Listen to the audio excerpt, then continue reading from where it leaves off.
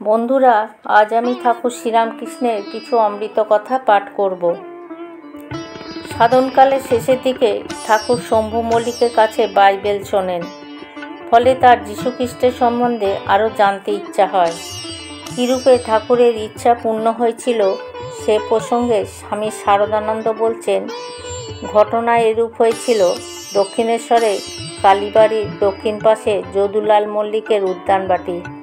ঠাকুর ওই স্থানে মধ্যে মধ্যে বেড়াতে যেতেন। যদুলাল ও তাহার মাতা ঠাকুরকে দর্শন করিয়া অবধি তাহাকে বিশেষ ভক্তি শ্রদ্ধা করতেন। সুতরাং উদ্যানে তাহারা উপস্থিত না থাকিলেও ঠাকুর সেখানে বেড়াতে যাইলে কর্মচারীগণ বাবুদের বৈঠকখানা উন্মুক্ত করে তাহাকে কিছুকাল বসবার জন্য বিশ্রাম করবার জন্য অনুরোধ করত। সেই গৃহের দেয়ালে কতগুলো উত্তম চিত্র ছিল। মাতৃকোলে অবস্থিত শ্রী শ্রী যিশুর বালগোপাল মূর্তিও তার মধ্যে একখানা ছিল। ঠাকুর বলতেন, একদিন সেই ঘরে বসে তিনি ওই ছবিগুলি তন্ময় হয়ে দেখছিলেন এবং শ্রী শ্রী যিশুর অদ্ভুত জীবন কথা ভাবছিলেন।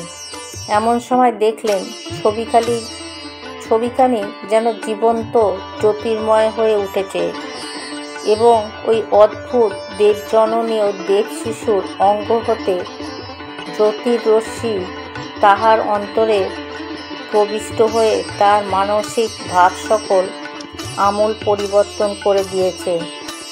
জন্মগত হিন্দু সংস্কার সমূহ অন্তরের নির্ভীত কোণে লীন হওয়া ভিন্ন সংস্কার সকল উহাতে উদয় হচ্ছে দেখে ঠাকুর তখন নানাভাবে নিজেকে সামলাবার চেষ্টা করতে লাগলেন। শ্রী শ্রী জগদম্বাকে কাতর হয়ে বলতে লাগলেন, মা, আমাকে একই করছিস। কিন্তু কিছুতেই কিছু হলো না। ঠাকুর দক্ষিণেশ্বর মন্দিরে ফিরে নিরন্তর ওই সকল বিষয় ধ্যানেই মগ্ন রইলেন এবং শ্রী শ্রী জগন্মাতার মন্দিরে গিয়ে তাহাকে দর্শন করবার কথা একেবারে ভুলে গেলেন। 3 দিন পর্যন্ত ওই ভাবতরঙ্গ তাহার উপর ওইরূপে প্রভুত্ব করে রইল। পরে 3য় দিনে অবসানে ঠাকুর পঞ্চবটীতলায় বেড়াতে বেড়াতে দেখলেন এক অদৃষ্টপূর্ব দেবমানব সুন্দর গৌরবর্ণ স্থির দৃষ্টিতে তাহাকে অবলোকন করতে করতে তাহার দিকে অগ্রসর হচ্ছে। ঠাকুর দেখিয়াই বুঝলেন ইনি বিদেশী। দেখলেন দৃষ্টান্ত নয়নযুগল, ইহার মুখের অপূর্ব শোভা পাচ্ছে এবং নাসিকা একটু চাপা হলেও উহাতে ওই সৌন্দর্যে কিছুমাত্র ব্যতিক্রম হচ্ছে না। ওই সৌম্য মুখমণ্ডলের অপূর্ব দেবভাব দেখে ঠাকুর মুগ্ধ হলেন এবং বিস্মিত হৃদয়ে ভাবতে লাগলেন, কে ইনি? দেখতে দেখতে ওই মূর্তি নিকটে আগমন করল এবং ঠাকুরের পুত হৃদয়ের অন্তঃস্থল হইতে ধ্বনিত হতে লাগল, যীশুখ্রিস্ট, দুঃখ যাতনা হইতে জীবকুলকে উদ্ধারের জন্য যিনি মানব হস্তে অশেষ নির্যাতন সহ্য করেছিলেন, সেই ঈশ্বরাভিন্ন পরম যোগী ও প্রেমিক যীশুখ্রিস্ট। তখন দেবমানব যীশু ঠাকুরকে আলিঙ্গন করে তাহার শরীরে লীন হয়ে গেলেন এবং ভাবাবিষ্ট হয়ে বাহ্যজ্ঞান হারিয়ে ঠাকুরের মন সগুণ বিরাট ব্রহ্মের সঙ্গে কতক্ষণ পর্যন্ত ওইভাবে রইলেন।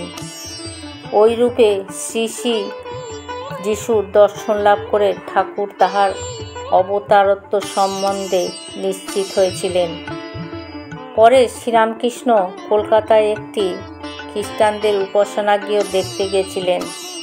খ্রিস্টান ধর্মাবলম্বী উইলিয়ামস নামে এক ব্যক্তি ঠাকুরকে নিত্য চিন্ময় বিগ্রহ ঈশ্বরপুত্র ঈসা মসীহ বলে নিজের অভিমত প্রকাশ করেছিলেন।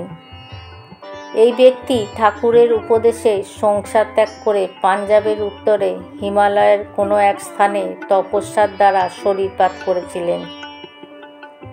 সিমর সঙ্গে ঠাকুরের যীশু সম্বন্ধে অনেক আলোচনা হয়। ঠাকুর জানতে চাইলেন তার সঙ্গে যিশুর কোন কোন ব্যাপারে মিল আছে। অবশেষে সীমা বলেন, আমার মনে হয় যীশুখ্রিস্ট, চৈতন্যদেব আর আপনি এক ব্যক্তি। ঠাকুর জানালেন, এক এক এক বই কি। বন্ধুরা, আজ আমি পাঠ এখানেই শেষ করলাম। জয় ঠাকুর, জয় মা।